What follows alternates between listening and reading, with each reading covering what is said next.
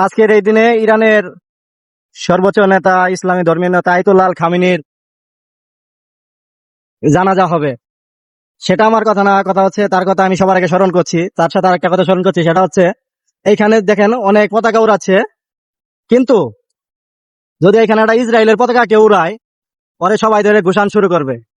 কিন্তু এতে লাভ কি হবে?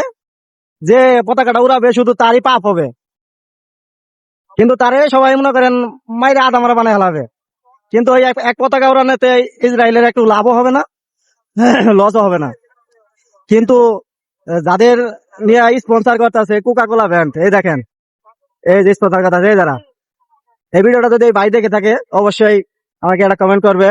সেটা হচ্ছে এই যে এই কোকা কোলা এই কোম্পানি বিক্রি বেশি হবে, এরা স্পন্সর করতেছে, তারপরে বিক্রি বেশি হলে একটা মিসাইল বানাইতে পারবে।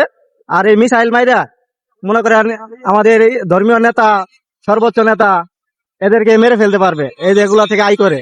আর এই যারা স্পন্সর করতেছে, এটা আসলে ঠিক না। আর আমি এই ভিডিওটা বানাইতেছি, কই থেকে বানাইতেছি তাও দেখাচ্ছি।